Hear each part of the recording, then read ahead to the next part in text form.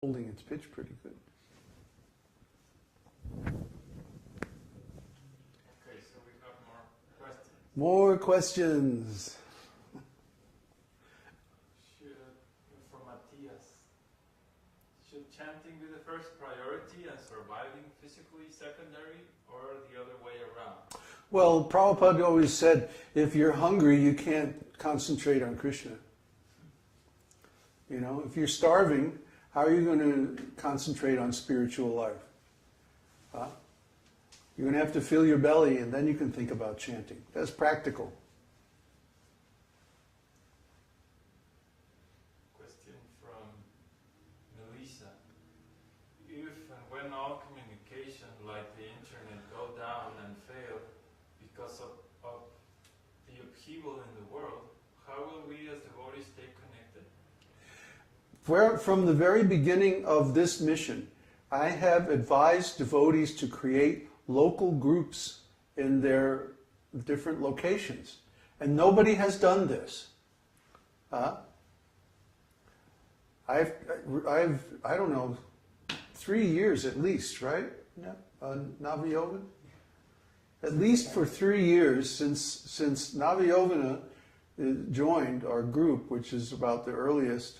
That was back in the days of... 2 years. 2 years? Oh, you came in vanilla days. Just at the end of vanilla. Okay. So even from before that, at least 3 years, I've been advising everyone to create a local group. Nobody's done it. So what can I tell you? We can hope that the internet's not going to fail, but I wouldn't bet on it. So I think the best thing to do is to plan to come here.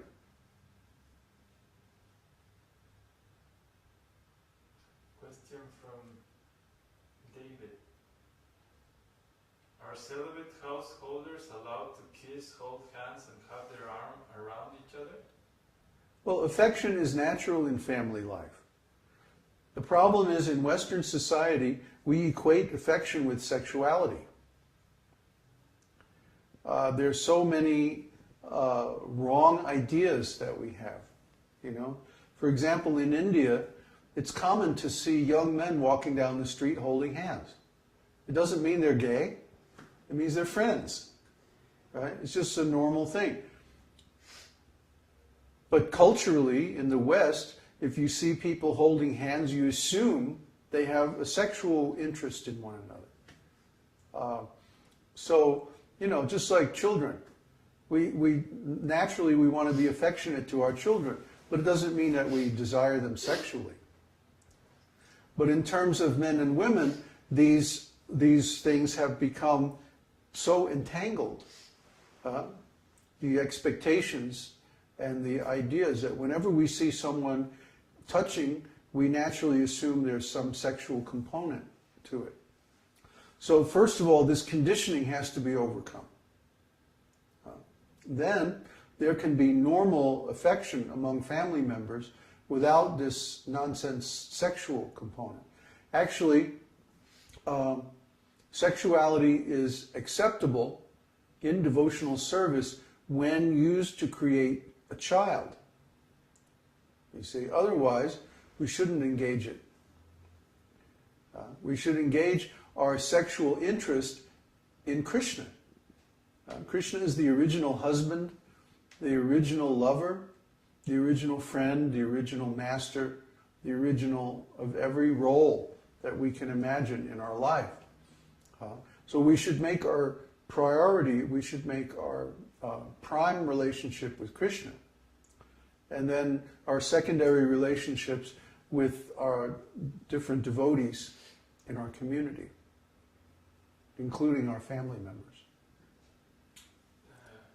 About finding other people locally, I have not yet been able to find anyone that is true to these teachings. I wish I could find someone that was a devotee so that I could create a local group. Well, I've tried, but I just scare everyone away. Yeah, that's our experience too. That's why we preach on the internet, because we get to go through so many people.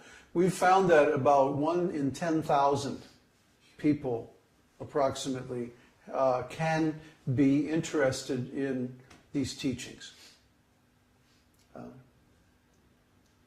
That's just the way it is, you know. We're teaching something very high. So this is only for exceptional people. It's not for the ordinary person.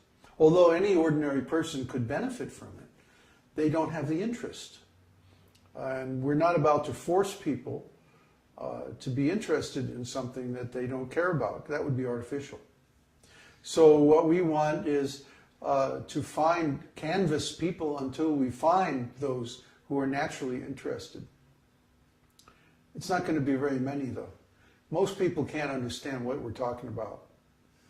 And we also have the bad reputation established by our God brothers to overcome. So in many ways, maybe it's not practical to have a local group. But still, I don't see what the problem is, why you couldn't invite some people over, show one of our videos, maybe the 2012 videos or something like that, and then sit and discuss it. I wouldn't start with something like this, this video. I would start with something basic, really elementary, like the 2012 series, or the Big Lie, or any of those, the series on problems or whatever. And just sit down and show the video and discuss it with people. I don't see what's the problem with that. But I don't know anybody who's actually done it. Usually what happens is they try to go too fast. And Kanai is nodding like, yeah, I did that, duh. It's like, hi, you should chant Hare Krishna. No. Slow, way, way down. First of all, what is the problem that the person is trying to solve? You have to find out what their interest is. What is their interest or what is their problem? These are the two ways that you can begin a conversation with somebody. What are you interested in? Well, I like flying. Oh, did you know that there were airplanes in the ancient past? No, I never heard that. Where does that come from? Well, it's described in the Vedas. Da, da, da, da, da, da. Where do the Vedas come from? Blah, blah, blah, blah. So there's a way to lead into anything, or lead into the Vedas from anything, because the Vedas cover everything. Because the central subject in the Vedas is consciousness, and everybody is conscious. At least I hope they are. So we have to somehow or other lead the people we want to preach to from their current interests or from their current problems that they're concerned about to the Vedas. The Vedas have the solution. They have everything. But the problem is the bridge, you see. That's why we call this the bridge community. I'm probably talking on too high a level for 99% of the people in the world. I'm sorry, I can't help myself. That's the way my mind works. But I'm giving the basic principles, and the bridge community is the basic principle for interfacing our Vedic community with the rest of the society. So if you use that same principle to talk to people, then you can get them engaged in a conversation that leads them toward Vedic knowledge. But it takes some intelligence, it also takes some training, and it's very hard to do on a video.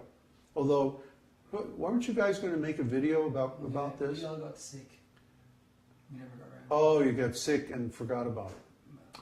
Okay, well, I guess after we move then, we'll have to do it. But it's part of the Bhakta training course to learn these techniques.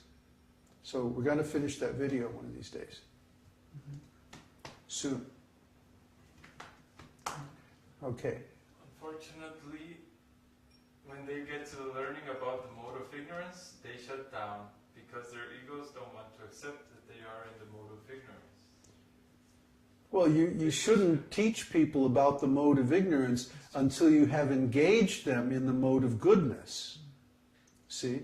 It's usually a timing problem. You're giving too much information too fast. Somebody who's eating meat and taking intoxication can't understand this philosophy.